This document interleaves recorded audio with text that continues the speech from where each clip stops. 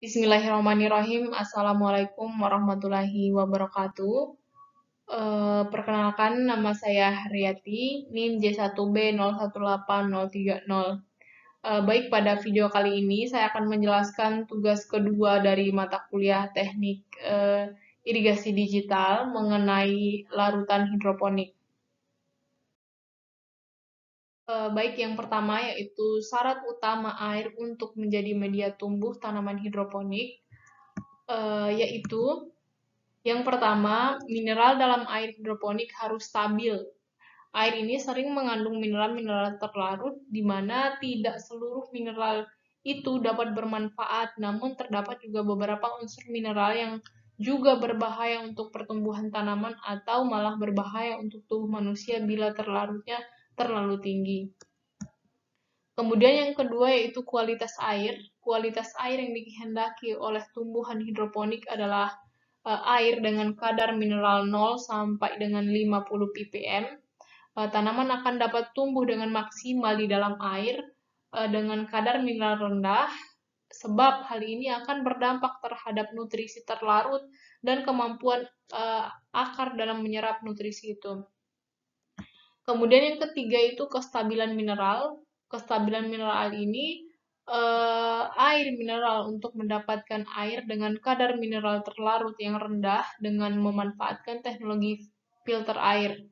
Filter air ini juga dapat menyaring mineral-mineral terlarut dalam air sampai di bawah 100 ppm. Bahkan dapat dihasilkan air dengan kadar mineral terlarut di bawah 50 ppm. Kemudian yang keempat itu nilai pH. Nilai pH air akan sangat berefek terhadap kemampuan akar tanaman dalam menyerap nutrisi. Hal ini berhubungan dengan kemampuan sel-sel akar tanaman dalam berinteraksi antara jaringan di dalam tubuh tanaman dengan garam-garam mineral di luar tubuh tanaman. Kemudian yang kedua yaitu unsur-unsur penting makro dan mikro yang dipertimbangkan untuk tanaman. Ada 17 unsur-unsur penting makro dan mikro yang dipertimbangkan untuk tanaman.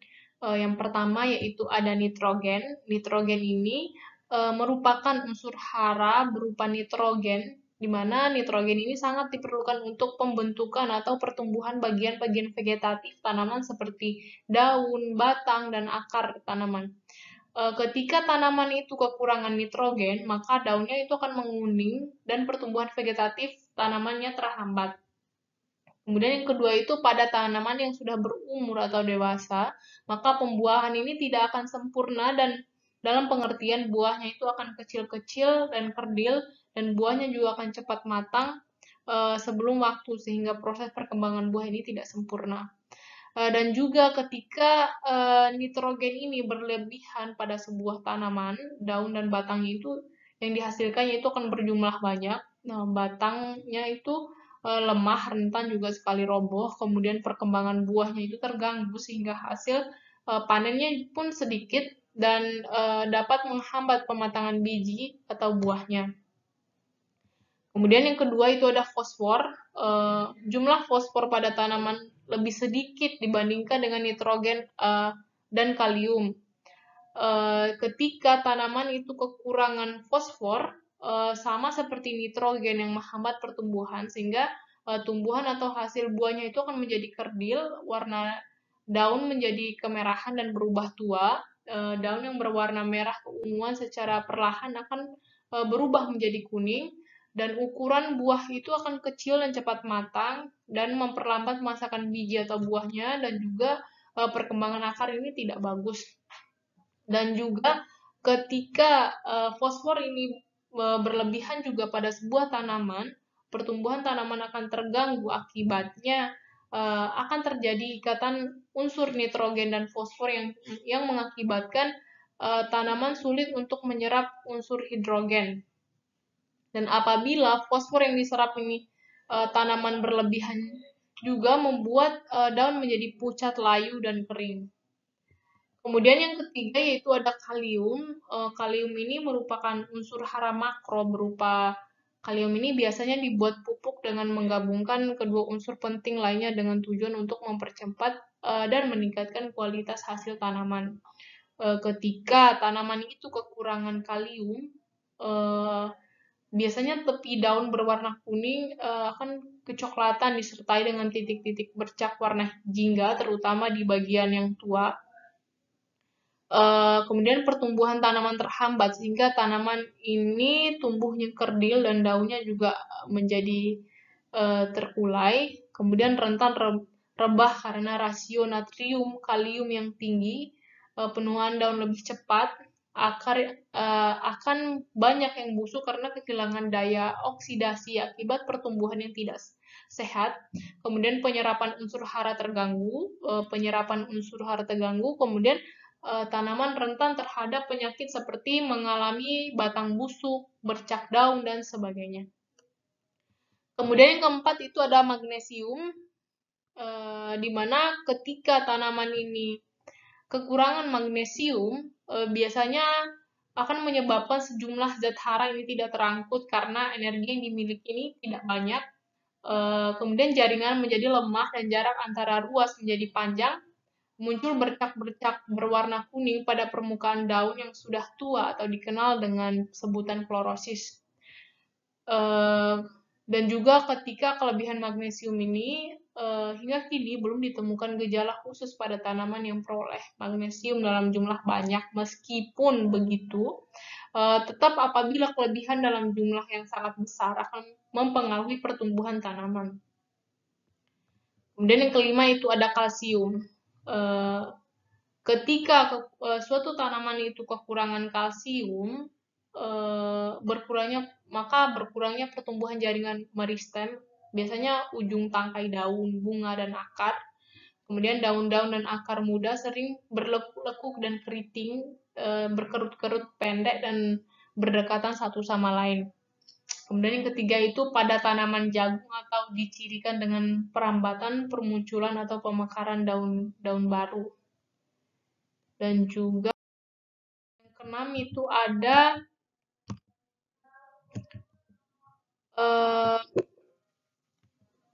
itu ada belerang atau sulfur. Ketika tanaman ini kekurangan belerang atau sulfur ini dapat menurunkan produksi protein pada tanaman, kemudian rentan terhadap serangan hama dan penyakit karena terjadi pemupukan asam amino yang merusak aktivitas fisiologi tanaman. Kemudian produksi butir hijau akan menurun sehingga warna daun menguning dan proses asimilasi dan sintesis karbohidrat terhambat. Ketika tanaman ini juga kelebihan sulfur, pada tanah yang mengandung unsur hara sulfur yang berlebih, tingkat keasamannya itu akan meningkat sehingga berbahaya untuk tanah dan juga tanaman berpotensi mengalami kerusakan. Lanjut yang ketujuh yaitu boron. Boron ini dapat membantu siklus hidup tanaman dengan meningkatkan mobilitas gula dan kalsiumnya. Unsur boron ini juga memainkan fungsi dalam pembelahan sel, dan pembuatan protein. Ketika suatu tanaman kekurangan boron, unsur hara berupa boron, memang diperlukan dalam jumlah sedikit, akan tetapi jika benar-benar tidak mempunyai porsi cukup untuk mendukung pertumbuhan tanaman, maka akan timbul gejala-gejala seperti tanaman akan tumbuh kerdil disertai bercak atau lubang-lubang hitam pada umbi dan akar. Setiap gejala disebabkan oleh definisi unsur boron berbeda tergantung jenis tanamannya juga. Kemudian ketika berlebihan juga, boron yang mengendap dalam jumlah banyak pada tubuh tanaman akan menjadi racun yang membahayakan hampir seluruh bagian tanaman. Lanjut yang ke-8 yaitu tembaga. Ketika kekurangan tembaga, maka kegiatan bercocok tanam dengan konsep hidroponik membutuhkan semua unsur nutrisi hidroponik yang diperlukan tanaman, termasuk tembaga. Ketika kekurangan zat tembaga pada tanaman akan berdampak terhadap tanaman itu sendiri. Sering kali ditemukan daun muda akan menguning dan kecil tak kala tanaman kekurangan pasokan tembaganya. Selain itu juga daun juga layu dan muncul warna hijau kebiruan dan hijau kegelapan pada daun tanaman yang sudah berukuran besar.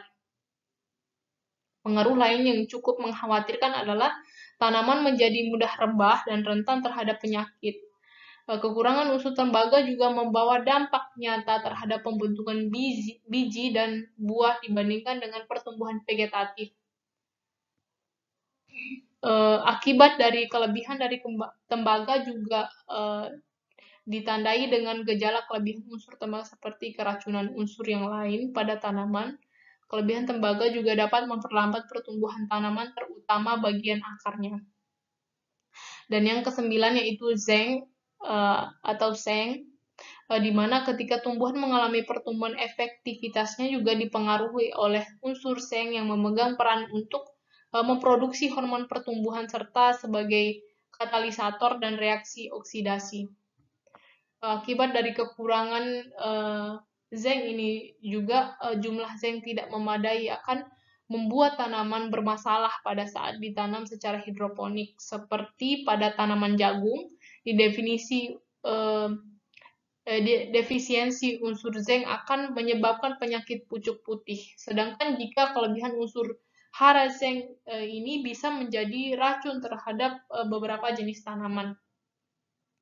Kemudian yang 10 itu zat besi. Akibat dari kekurangan zat besi ini hampir sama dengan beberapa unsur makro pada tanaman sebelumnya. Zat besi yang tidak cukup pada tanaman akan membuat daun muda mengalami klorosis, sementara kelebihan zat besi ini tidak terlalu mempengaruhi pertumbuhan tanaman.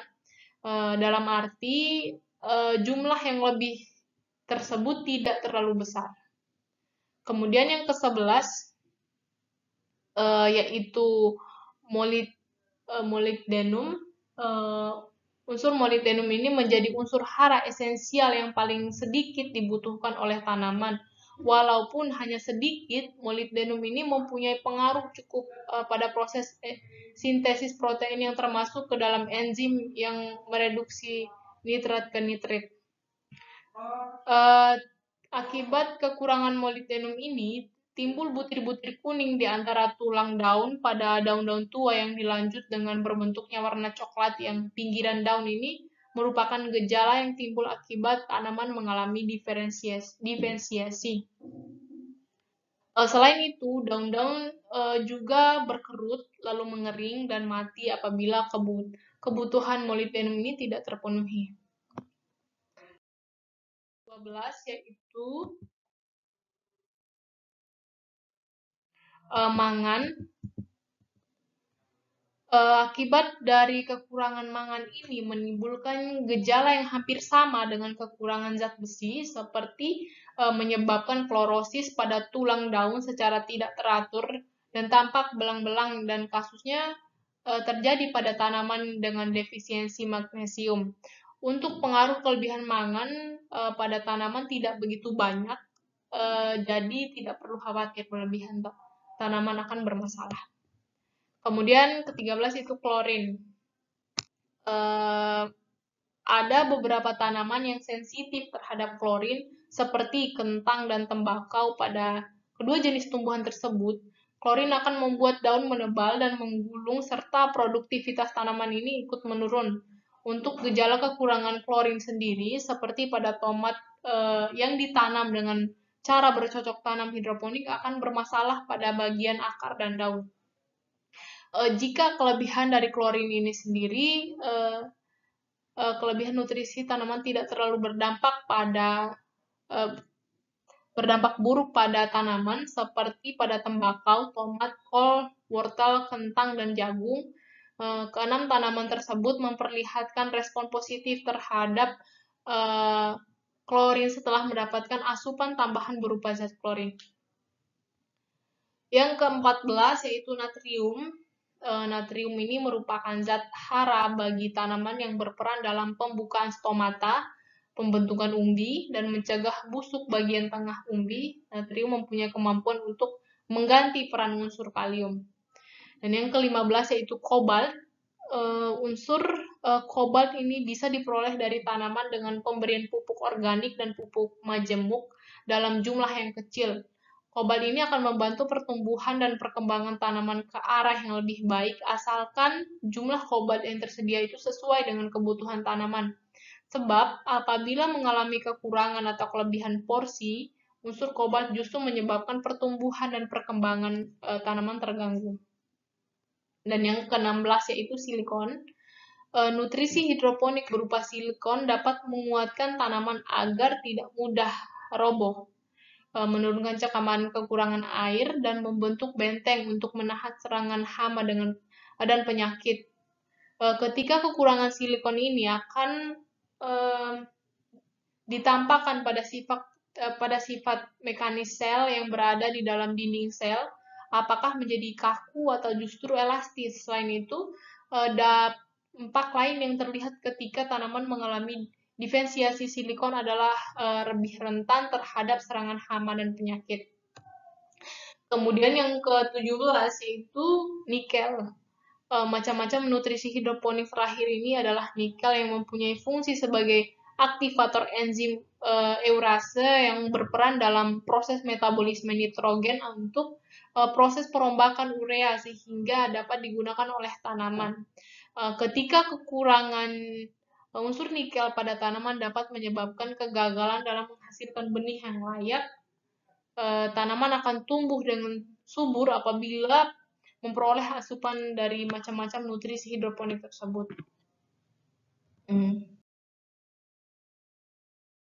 Demikian sedikit penjelasan dari saya. Lebih dan kurangnya saya mohon maaf. Wabillahi taufiq wal hidayah. Wassalamualaikum warahmatullahi wabarakatuh.